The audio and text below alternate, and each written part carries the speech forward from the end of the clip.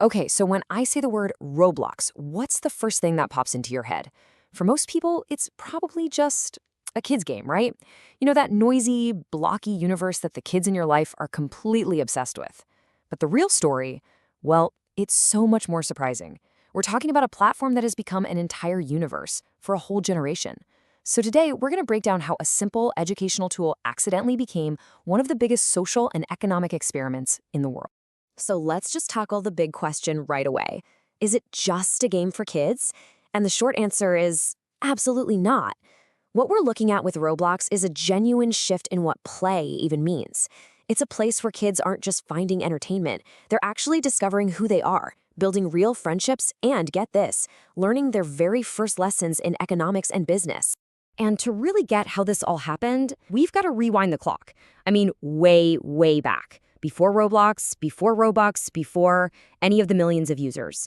Because this whole digital nation didn't start with some grand vision from a game designer. Nope, it all kicked off with a simple physics experiment. So to really understand Roblox, we have to go back to the beginning. All right, so picture this. It's the late 1990s. We've got our founders, David Baszucki and Eric Cassell. These guys were, in their own words, kind of nerdy, totally obsessed with physics and coding. And they created this piece of educational software that had absolutely nothing to do with the gaming world we see today. It was called interactive physics. Imagine a 2D simulator, for schools, where students could build a little car to learn about momentum, or maybe construct a bridge to see how much weight it could take before it collapsed. The goal was purely educational.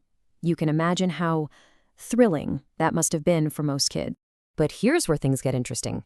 The founders started noticing something weird about how kids were using their very serious, very educational software. They weren't using it to do their homework.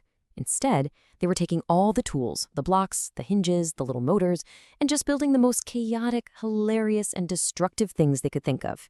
We're talking giant towers built just to be knocked down, bizarre car crashes. They were basically hacking the system just to have fun. And that right there, that was the big aha moment for David Baszucki. He realized that the so-called bug, the kids messing around and breaking things, wasn't a bug at all. It was the best feature. Kids didn't want a lesson plan to follow. They wanted a giant sandbox, a box full of tools, and then just to be left alone to create whatever they wanted. And in that moment, the idea for Roblox was born.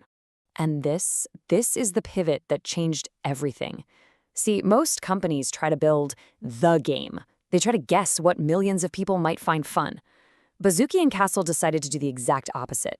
They decided to build the stage, and then let the users write, direct, and star in their own plays. That is the fundamental idea that Roblox is built on. Okay, so building the stage was genius, but that alone wasn't enough to make it blow up. What really launched Roblox into the stratosphere was how it filled this really deep, really human need. It became what sociologists call a third place for an entire generation. So, what's a third place? Think about it like this. Your first place is home. Your second place? That's school or work. The third place is everywhere else that matters. It's the coffee shop, the park, the community center. It's where society happens, where you go to just hang out.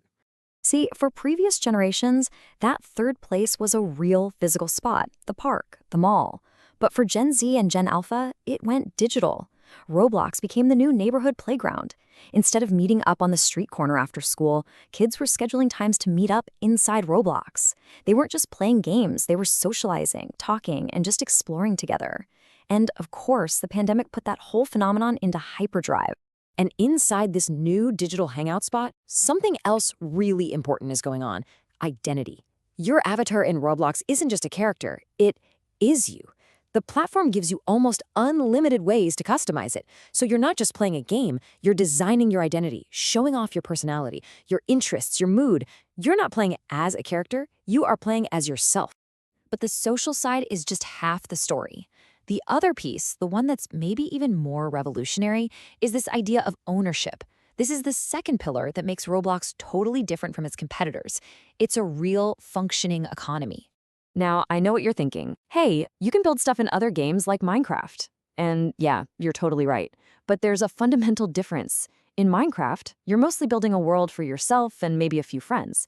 In Roblox, you don't just build a world, you build an experience, a game within the game, and you could publish it to an audience of millions. All of a sudden, a kid isn't just a player, they're a developer for a global market. And here's the kicker. You can make real money from it. The Robux economy is this brilliant little circle. Players use real money to buy the in-game currency, Robux. Then, they spend that Robux on games and virtual items that other users made. The creators, who are often kids and teenagers, earn that Robux. And here's the magic trick. They can then cash out the Robux they've earned back into actual, real-world money. And we are not talking about monopoly money here. Roblox built an entire marketplace where it's kind of like the central bank, the stock exchange, and the mall all rolled into one, and it just takes a little cut of every transaction. The scale of this is just staggering. When the company went public in 2021, it was valued at $44 billion. That really shows you how real this virtual world has become. So, what happens when you mash together a digital hangout spot with a real-deal creator economy? You don't just get a hit game. You get something way, way bigger. You get the building blocks for a whole new cultural identity. Now, this didn't just happen instantly. After it launched way back in 2006, Roblox was kind of flying under the radar for years. Then, around 2015, the YouTube era hit, and creators discovered this platform had endless content potential, which brought in millions of new users. The pandemic in 2020 was like pouring gasoline on the fire. And then the IPO in 2021 cemented its place as a true tech giant. And if you look at the psychology of it, it's actually pretty easy to see why Roblox is so sticky. It masterfully taps into three basic human needs. First, competence. That feeling of being good at something, whether it's playing a game or designing a cool shirt. Second, autonomy. The freedom to choose what you want to do and who you want to be. And third, relatedness. That feeling of connecting with other people and belonging to a group. When one platform can do all three of those things, it stops being a hobby. It becomes a core part of your identity. And that leads to this really powerful shift in language. Kids don't just say, I play Roblox anymore. They say, I am a Robloxian. The first one is an action. The second, that's a statement about who you are. Being a Robloxian, that means you're in the club. You're part of this massive digital tribe. It's got its own celebrities, its own fashion trends, its own inside jokes and language, and a whole shared history that was built by its users. It's a complete, self-sustaining digital civilization that grew out of a humble physics simulator. Which leaves us with one last kind of mind-bending thought.